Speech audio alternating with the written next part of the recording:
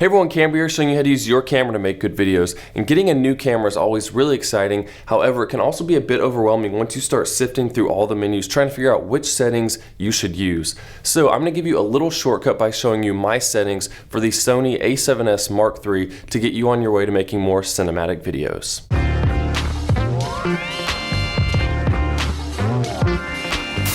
So let's turn on the camera here and jump right into the menus.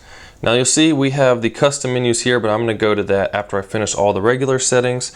So first up, we have image quality. For file format, XAVC-S 4K is what I typically use. And the reason for that is because it still gives you good quality. You can use SI, which is intra-frame recording, but just to show you real quick, if you go to the 24p settings, which is my normal, you see 100 megabits per second at 422 10-bit. However, when you go to SI, it's a lot higher quality, but now we're at 240 megabits per second, so over doubled the data. So it takes up a lot of space, and I will use this setting if I was doing something like a wedding, one to have the best quality, or if I'm doing a short film. But just for my regular videos, the normal XAVC-S is plenty for what I'm trying to do. And I have some videos explaining the difference between intra-frame recording versus this regular IPB style that I'll link, and you can check that out to understand how it affects your video. But movie settings, normally 24p, you can go up to 60 or 120 frames per second in this mode. I don't use S&Q because I like to do my own 60 or 120 and then slow it down myself. Proxy settings I have off, but if you were to turn them on, this basically records a smaller file size. As you can see here, it says XAVC-S HD, and that gives you 720 at 24 frames per second, and you can change that as needed. So you have smaller files you can edit with, and then you can apply all of your edits to your final files, and it's a whole lot easier on your computer. But my computer works just fine for now, so I just leave it off and only record with the full-size footage. APS-C shooting is off. You can turn that on if you're in HD, but for 4K it's actually using the entire sensor, so you can't punch in the APS-C mode. Lens compensation, I have auto, auto, and auto so that it will compensate for what it needs to depending on the lenses I use if it recognizes a compatible lens. Next up we have format, so formatting your card. Record media settings, I have slot 1, it's the priority. We have simultaneous recording for both pictures and video, and auto switch is off because I'm recording to both simultaneously. But if you're just recording to one, you could have an auto switch once that card is full. Don't need that. File settings, you could go in there and change how your files are named. I don't really care. Exposure mode, I have manual, always shooting in manual. I do not use any of the auto modes. So you have exposure control types. There's some other options, but I'm always shooting in manual. Camera set memory recall. So on the button up here, aside from just the video mode that we're in, you also have a 1, 2, and 3. So with that, you can set different modes you want ahead of time so you're not having to go through your menus. For example, you can see I have XAVC-S 4K 24 frames per second, 422 10-bit, all that good stuff. Picture profile's off right now. But if I switch to number 1, now we see I'm in XAVC-S 60p, and we have 422 10-bit, 125 on the shutter so that it's the 180-degree shutter rule, and it's on picture profile 8 already, which is what I typically use. Then we switch to 2.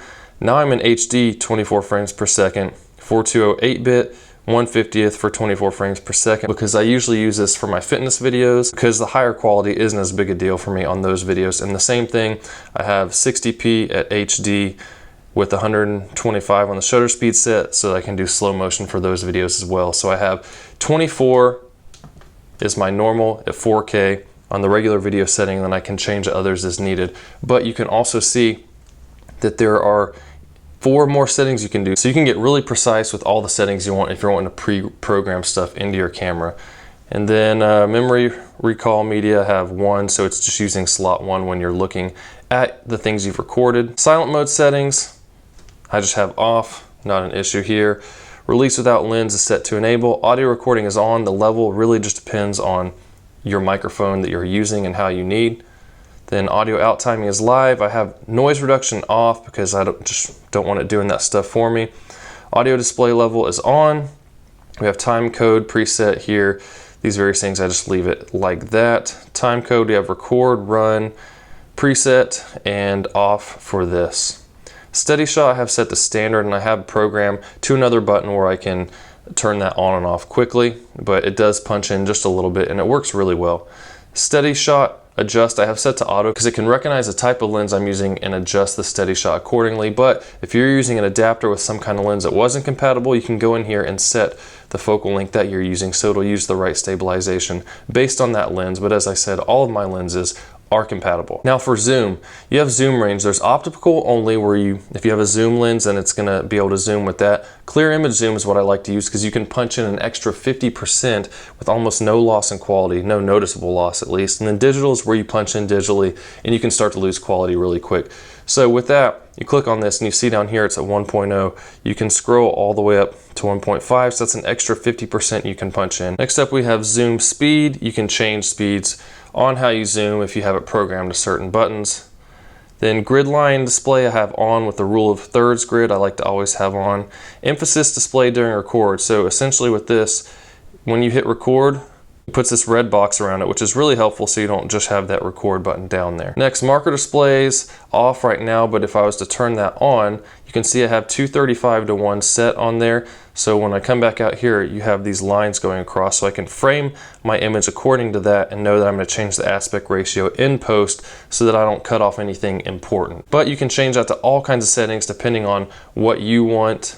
I'm gonna turn that back off for now, and there's a lot of other markers you can put on there. Auto slow shutter is off because I'm not using any auto mode. I don't want it doing that for me. ISO, you can change it here, but I have it programmed to a button on the camera we'll cover later. There's the ISO range. So down here, exposure steps, I like 0.3 steps, but you can change it to 0.5 if you want. Metering mode is spot. I'll either typically use that or multi-metering, but most of the time is spot. And then you have face priority and multi-metering is off because if I want to expose based on someone's skin or face, then I will do that with the spot mode. And you can change your spot metering point as well, but I have it on the center. White balance I have set to Kelvin, which is what I typically use. Sometimes I'll use custom if I have more time. I'm doing a short film or something like that with the gray card. And then of course there's your presets, but I'm usually almost always in Kelvin. Priority set and auto white balance is standard. However, I don't use auto white balance, so it really doesn't matter. And the same with shockless white balance. If you are in auto, you can change how quickly it'll move the white balance around based on using that auto setting. Dynamic range optimizer is off. I don't want it doing any of that stuff. I'll do all of my own editing in post. And then creative look I have set to standard, but you can change it if you want. However, I typically will use a picture profile. I turn it off just so I can show you. I go to picture profile 8 and I usually use Cine 4.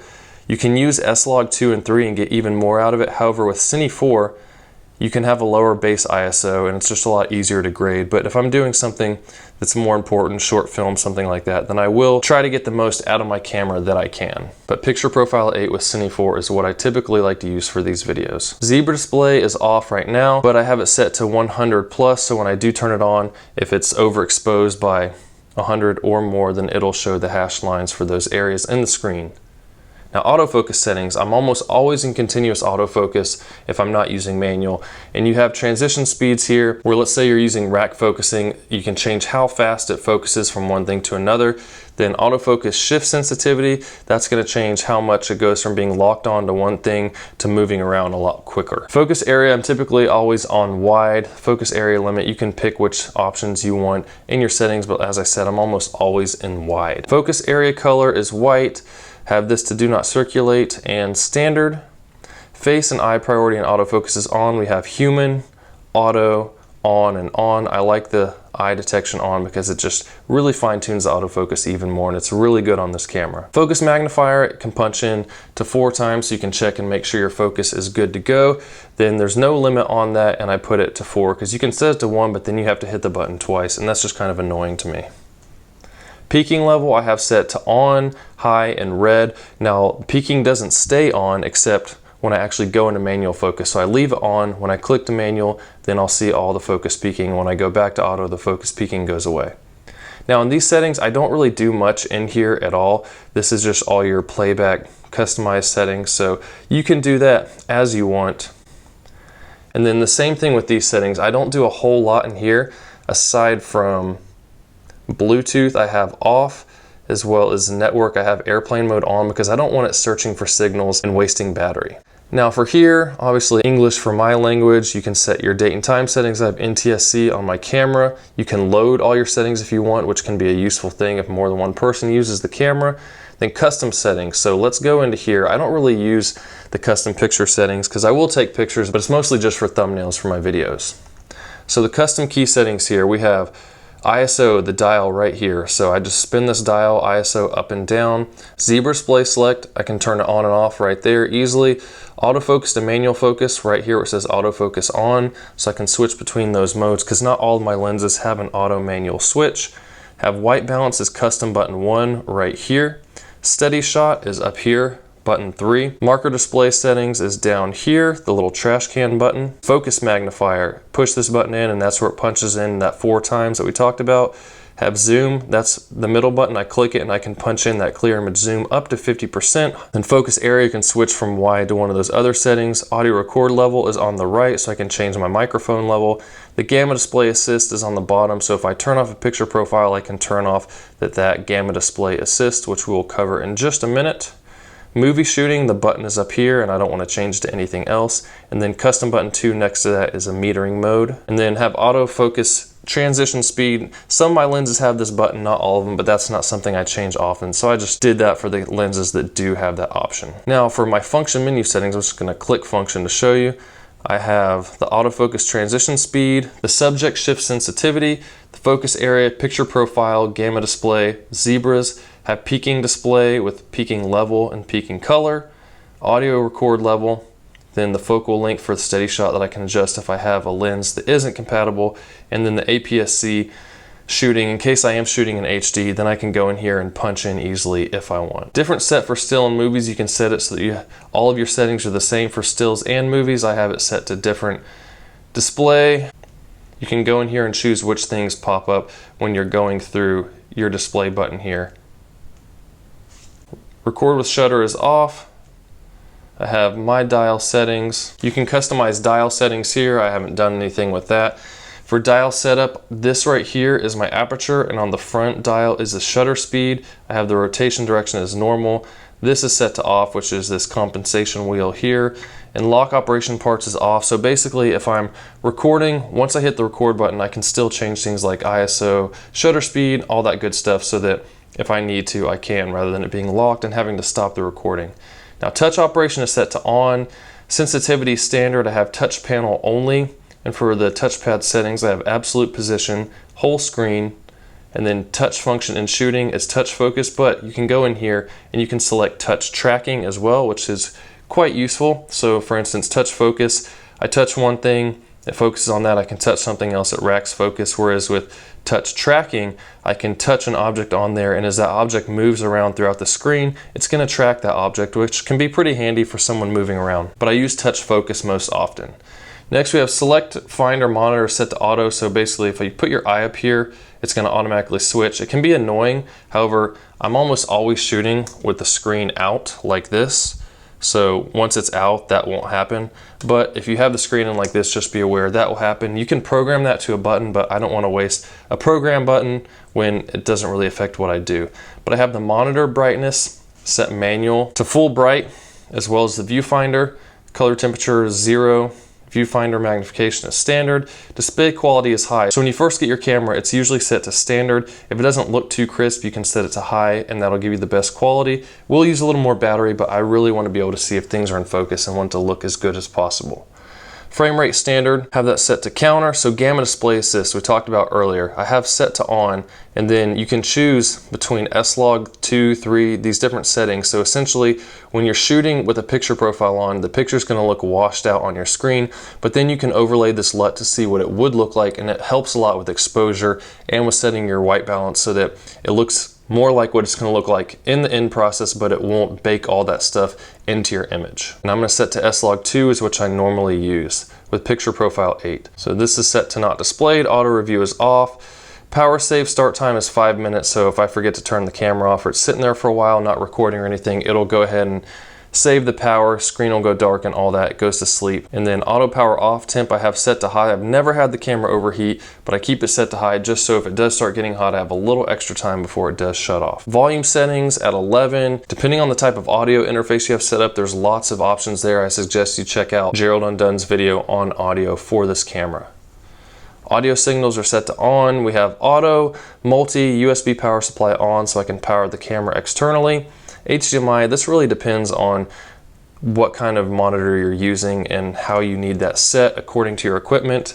Have this set to off, control for HDMI is on, video light mode, power link, IR remote control is off. Auto pixel mapping is on. I'm not doing any of that stuff myself because I really don't know much about it. So then we get into the custom menu settings, and this is useful because as you saw, there's lots of settings in there, and all this is touchscreen as well. I just don't want to get my fingerprints on it for the video. But the first thing I keep up there is format, so I can quickly format my cards. Then my file formats with the frame rates that I can select. Picture profile with the gamma display assist, then the zebra settings. Under that, I have all the autofocus settings with the sensitivity, transition speed, autofocus, the peaking display, level, and color. But the one thing I don't like that you can't set to any custom menus is this touch operation of right here, touch tracking. I would really like to have a button where I can click on it and switch between touch focus and tracking, but none of the customized settings let you do that. Why, I have no idea, but just have to deal with it. I don't use it that often, but it would be nice to have that option. But those are all of my A7S III cinematic video settings. And I want to make it very clear that there is a lot more that goes into making a video look cinematic than just these settings on your camera. However, getting these settings right is the first step in that direction. But I also have lots of videos and playlists on the channel teaching you to do more cinematic techniques between framing, lighting, all kinds of great stuff. So be sure to check those out, and that'll definitely help you make your videos look even better. But if this video is helpful, then please hit that like button, subscribe if you're new, leave comments with any questions. I'll try to clarify anything I can, and I'll see you in the next one.